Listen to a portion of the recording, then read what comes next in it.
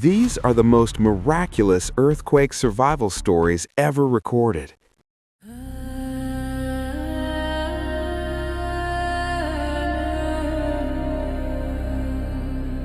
A 28-year-old rice vendor in Port-au-Prince, Haiti. He was doing his daily work of packing and selling rice to the locals.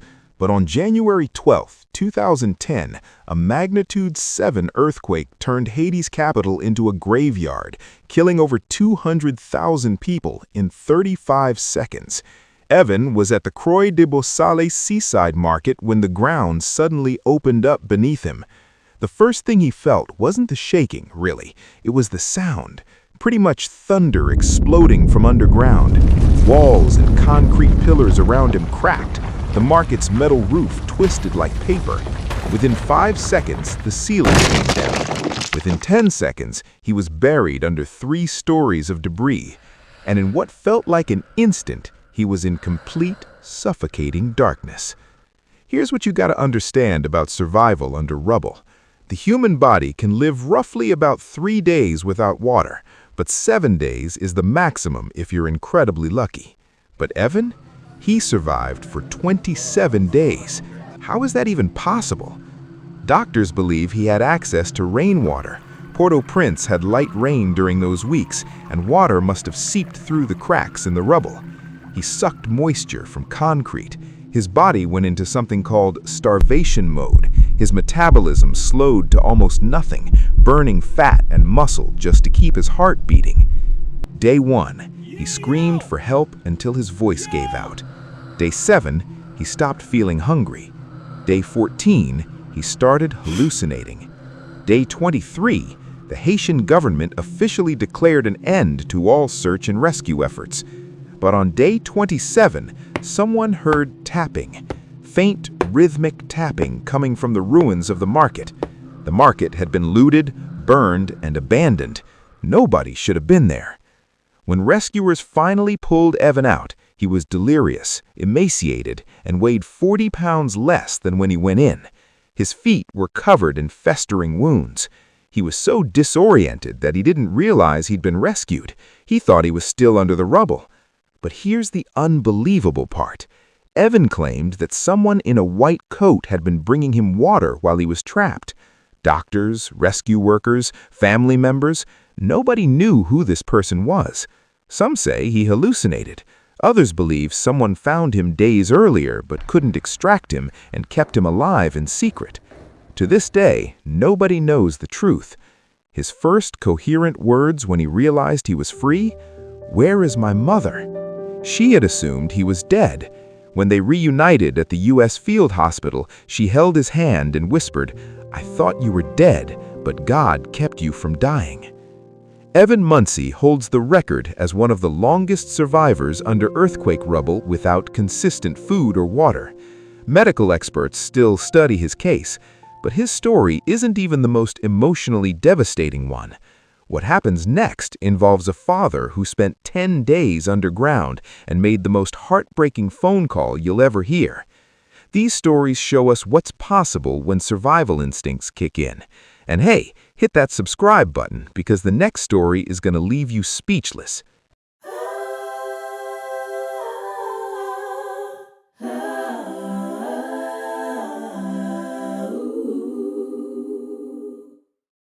Mustafa Avci, 33 years old, Haiti, Turkey, February 6, 2023. A catastrophic 7.8 magnitude earthquake struck southeastern Turkey and northwestern Syria at 4:17 a.m. while most people were asleep. Over 55,000 people died. Mustafa was one of the unlucky ones. He was visiting a private hospital for a routine checkup when the building collapsed on top of him. Imagine this. You're sitting in a hospital waiting room. Fluorescent lights, plastic chairs, the smell of disinfectant. Then, without warning, the floor drops 6 inches beneath your feet. The walls crack like eggshells. The ceiling, tons of concrete and steel, comes crashing down. You don't even have time to stand up before you're buried alive. That's what happened to Mustafa.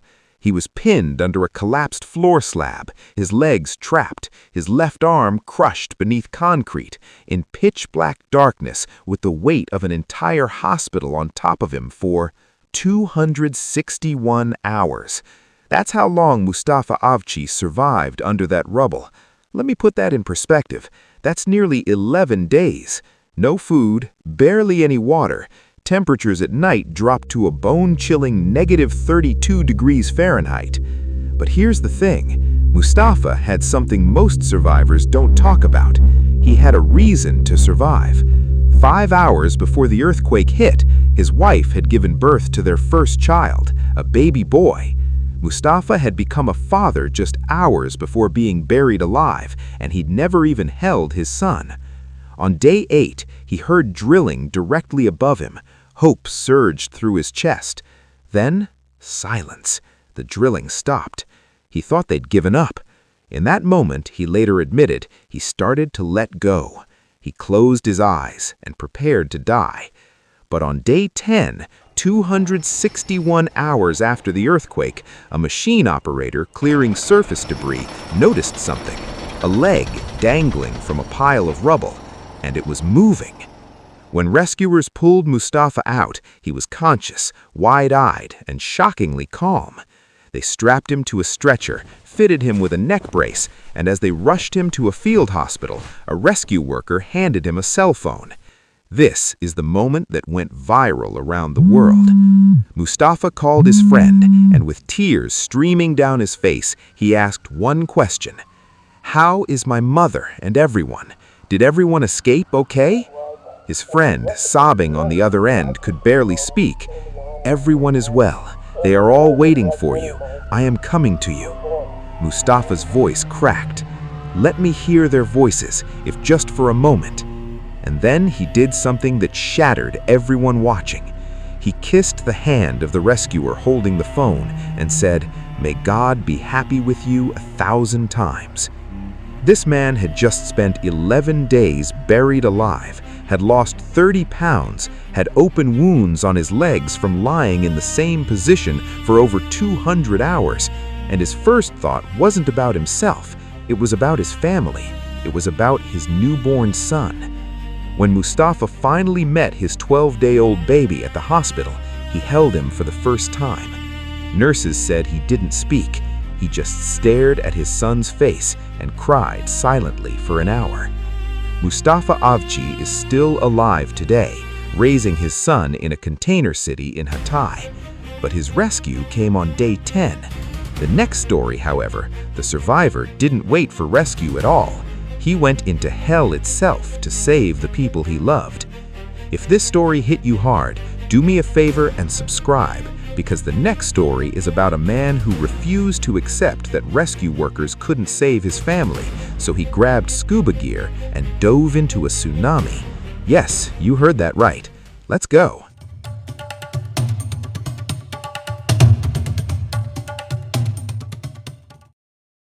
Hideki Akiwawa, 43 years old, Ishinomaki, Japan, March 11, 2011. A magnitude 9.1 earthquake, one of the most powerful ever recorded, struck off the coast of Japan, triggering a tsunami with waves reaching up to 133 feet tall. Over 18,000 people died. Hideki was at work when it hit. His wife, Hiroko, was at home. So was his elderly mother. The earthquake lasted 6 minutes. 6 minutes! Buildings swayed like trees in a hurricane. Roads cracked open. And then came the tsunami, a wall of black water, 30 feet high, moving at 500 miles per hour, swallowing entire towns in seconds. Hideki sprinted to his car. The roads were destroyed. Bridges were gone. The tsunami had turned his hometown into an inland sea, 3 meters deep, freezing cold, filled with debris, submerged cars, and floating houses. Emergency workers told him there was nothing he could do. He needed to wait for the military. Hideki looked at them and said no. What happened next sounds like a movie, but it's 100% real. Hideki found a wetsuit. Nobody knows exactly how. Some reports say he already owned one because he was a surfer. Others say he found it in the wreckage. Regardless, he suited up, grabbed a scuba tank, and dove into the tsunami's floodwaters by himself. Think about that for a second. This man swam through freezing, contaminated water filled with debris, sharp metal, submerged power lines, and corpses to find his wife. He navigated by memory because entire streets were underwater. He kicked through shattered glass. He squeezed through collapsed buildings. And somehow, he found his house. The house was flooded up to the second floor. Only a small air pocket remained near the ceiling. Hidaki dove underwater, kicked open the front door, swam through the living room, and surfaced in the stairwell. There, gasping for air in the tiny pocket of oxygen left, was Hiroko, his wife of 20 years. He grabbed her, put his regulator in her mouth, and swam her back to safety.